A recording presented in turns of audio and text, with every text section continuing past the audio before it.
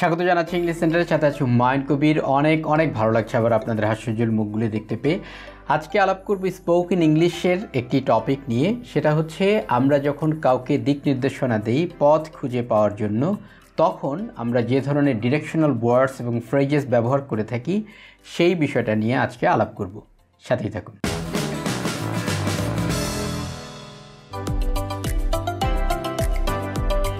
প্রথমে একটু কৃতজ্ঞতা প্রকাশ করছি, আমি যে ওয়েবসাইটটি থেকে এই ওয়ার্ডস এবং ফ্রেজেসগুলো নিয়েছি তাদের লিঙ্কটা ডিসক্রিপশনে দেওয়া থাকবে, সেগুলো আপনারা সেখান থেকেও দেখতে পারেন।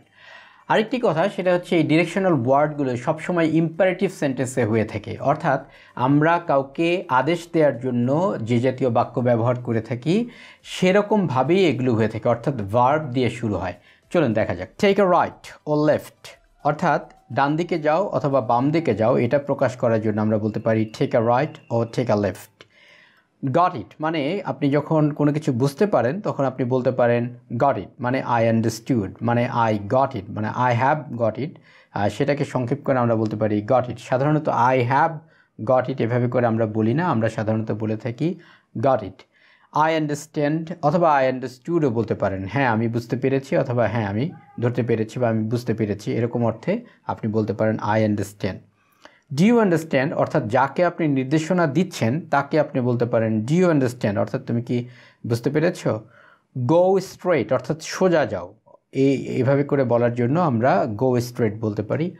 অপোজিট, অর্থাৎ বিপরীত দিক বোঝানোর জন্য আমরা বলতে পারি অপোজিট। তারপর আমরা বলতে পারি টেক দ্য ফার্স্ট, সেকেন্ড ও থার্ড রাইট, মানে take the first right, take the second right, take the third right, অথবা লেফটও হতে পারে take the first left, take the second left, take the third left ইত্যাদি। অর্থাৎ যদি এরূপে বলা হয় যে আপনি সোজা যাবেন, যে ডান দিকের যে গলিটা ঢুকলো সেদিকে আপনি ঢুকবেন, তাহলে এভাবে করে আপনি বলতে পারেন টেক দ্য ফার্স্ট রাইট, অথবা টেক দ্য ফার্স্ট লেফট, অথবা take the second right, go right, অথবা হতে পারে গো লেফট, অথবা হতে পারে go straight at the light, অথবা হতে পারে অ্যাট দ্য কর্নার, অথবা হতে পারে অ্যাট দ্য স্টপ সাইন।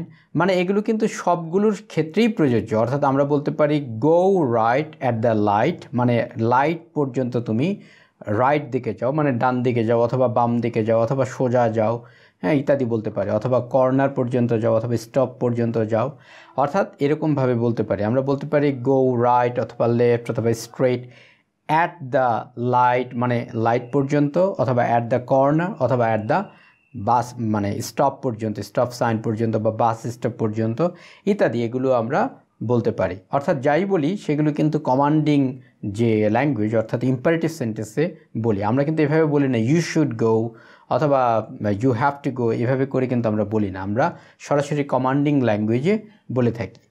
আবার এমনও হতে পারে কন্টিনিউ স্ট্রেট অন, মানে এখানে স্ট্রেট অন মানে স্ট্রেট গোয়িং অন, সেটা কিন্তু এখানে বলছি না, আমরা সংক্ষেপ করে বলছি, কারণ স্পোকেনে সাধারণত সংক্ষেপ করেই বলা হয়। কন্টিনিউ স্ট্রেট অন মানে হলো সোজা যেতে থাকো, কন্টিনিউ স্ট্রেট অন মানে সোজা যেতে থাকো।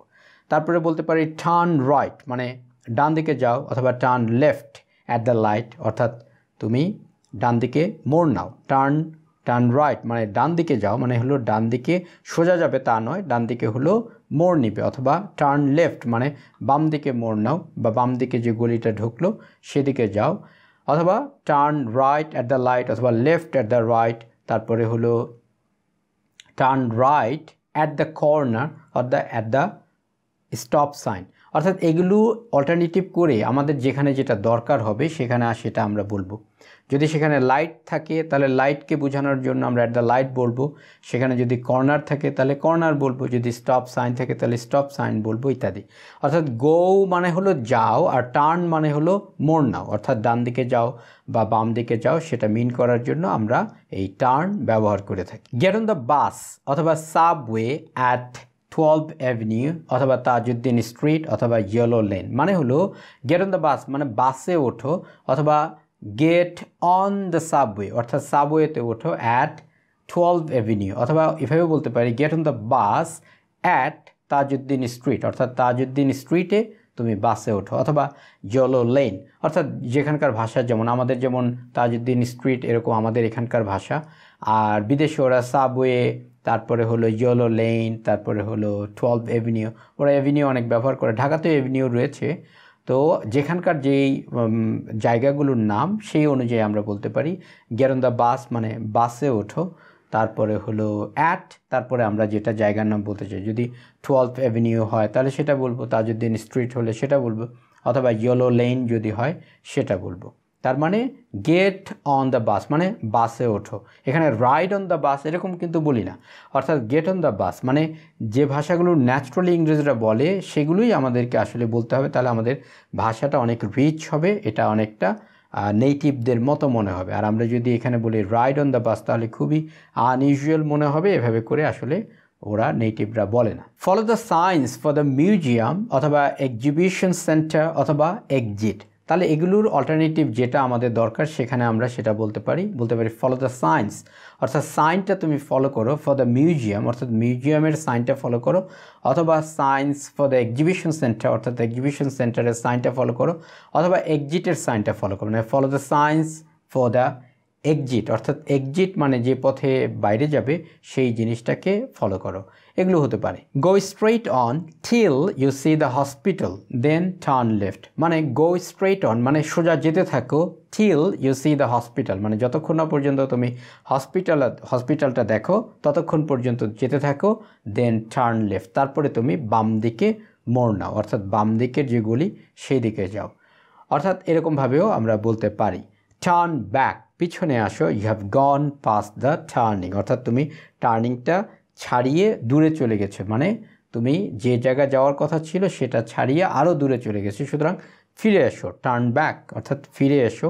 ইউ হ্যাভ গন পাস্ট, এখানে পাস্ট মানে হলো অতিক্রম করে যাওয়া, দ্য টার্নিং অর্থাৎ টার্নিংটাকে তুমি অতিক্রম করে আরও দূরে চলে গেছো, সুতরাং ফিরে আসো। Cross the junction and keep going for about 1 mile, অর্থাৎ ক্রস দ্য জাংশন অর্থাৎ জাংশন যেটা ওই চৌরাস্তার মোড় যেটা সেটা তুমি আরও পার হয়ে চলে গেছো, অ্যান্ড কিপ গোয়িং আরও যেতে থাকো, ফর অ্যাবাউট 1 মাইল অর্থাৎ আরও 1 মাইলের মতো তুমি যেতে থাকো। ফর অ্যাবাউট 1 মাইল মানে 1 মাইলের মতো, এক্স্যাক্টলি যে 1 মাইল সেটা কিন্তু নয়, 1 মাইলের মতো আরও যেতে থাকো, তারপরে তোমার ডেস্টিনেশনটা পাবে। দ্য হসপিটাল ইজ অপোজিট, অর্থাৎ হসপিটালটা হচ্ছে অপোজিট, অর্থাৎ অপোজিটে দ্য রেলওয়ে স্টেশন, অর্থাৎ রেলওয়ে স্টেশনের অপোজিটে হচ্ছে হসপিটালটা, এভাবে করেও আমরা নির্দেশনা দিয়ে থাকি। The shop is near the hospital, অর্থাৎ শপটা হচ্ছে হসপিটালের কাছে, নিয়ার অর্থাৎ কাছে।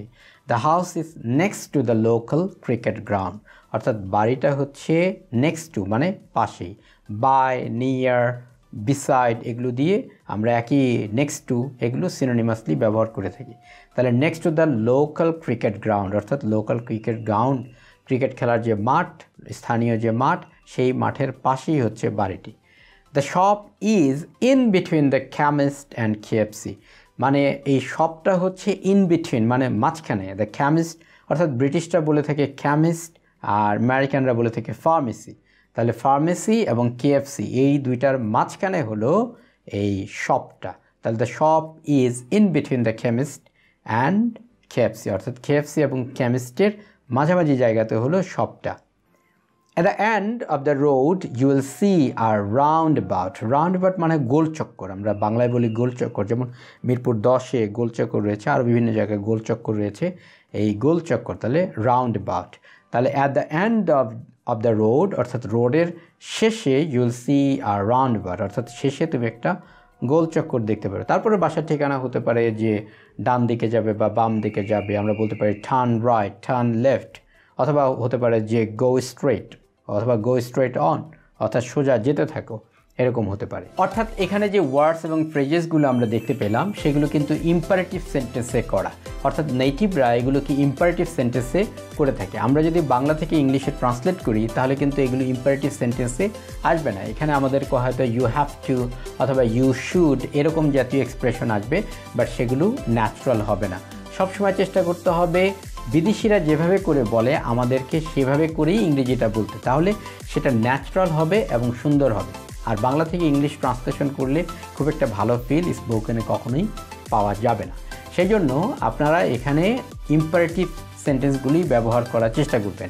যেমন আমরা এখানে বললাম টেক রাইট, টেক লেফট অথবা গো স্ট্রেট অন, আমরা যাই ব্যবহার করলাম এগুলো কিন্তু ইম্পারেটিভ সেন্টেন্সে করলাম বা করার চেষ্টা করলাম বা এইভাবে করে নেটিভরা করে। যাই হোক, এই জাতীয় আরও ভিডিও আসছে সামনে, অর্থাৎ আমরা আরও কনভারসেশনাল ল্যাঙ্গুয়েজ দেখব, যেখান থেকে আমরা আরও ভালো কিছু শিখতে পারবো এবং এগুলোর ব্যবহারিক বাস্তবিক ব্যবহার দেখতে পারবো। আগামী ভিডিওগুলো দেখার আমন্ত্রণ রইল। চ্যানেলটিকে সাবস্ক্রাইব না করা থাকলে চ্যানেলটিকে সাবস্ক্রাইব করুন। পরিশেষে দেশকে ভালোবাসুন, বিশ্ব মানবতার কল্যাণে অবদান রাখুন। ভালো থাকুন।